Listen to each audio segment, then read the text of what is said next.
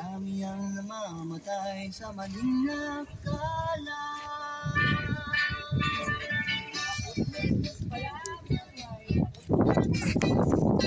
Hi, wise ba magpatayo ng bahay agad? Or how will you know if it's the right time to buy or build a house?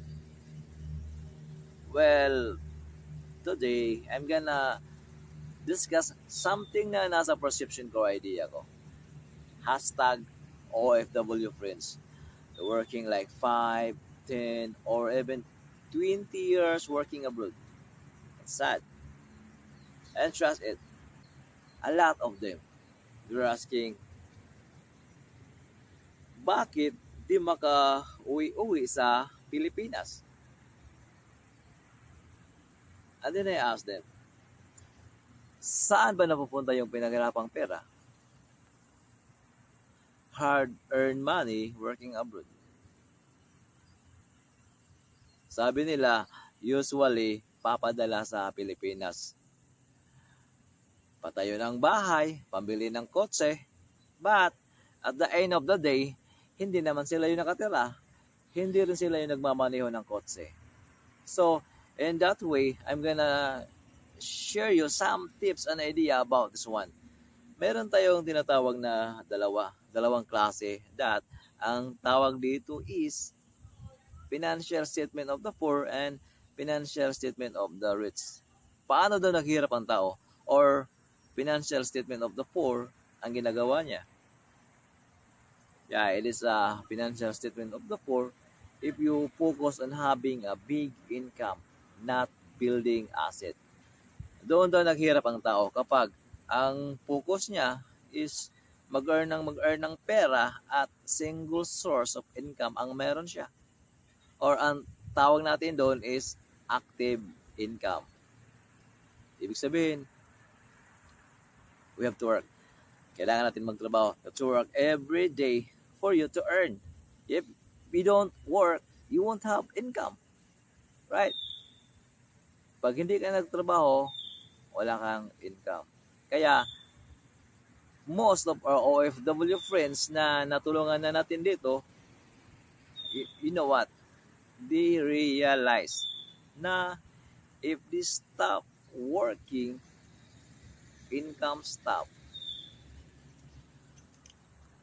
Ibig sabihin, pag wala na tayo sa abroad, wala na yung dating income. Kaya, ang tendency, pag uwi sa Pilipinas, they get to have a life na kung ano yung life nila before.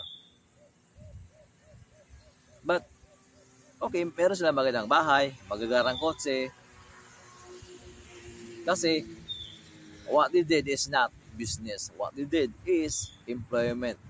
Guys, there's nothing against employment. It's okay, you are employed. But, I'm telling you this right now na you have to build asset. Ano yung asset? These are the money-making machine. Ito yung pag sinabing asset, ikaw yung may-ari. Pag mamayari mo. At ito yung paghuhulugan mo ng pera, tutubo siya ng pera. So, guys, it's not okay na puro na lang tayo work. Kasi, yun, I know na negosyo naman talaga ang solusyon.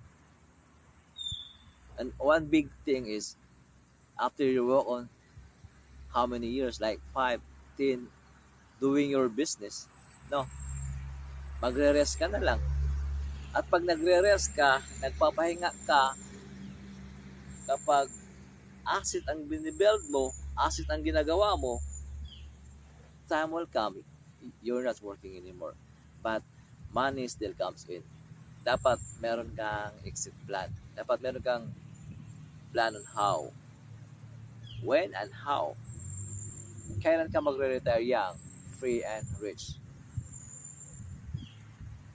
By the way, my name is Channel Suliano and I am an online entrepreneur. I use this blog to show you paano ba gawin yung business gamit yung social media. And the last word, 1 million question is, would you like to be an an OFW forever. And that's the real deal. See you to my next vlog.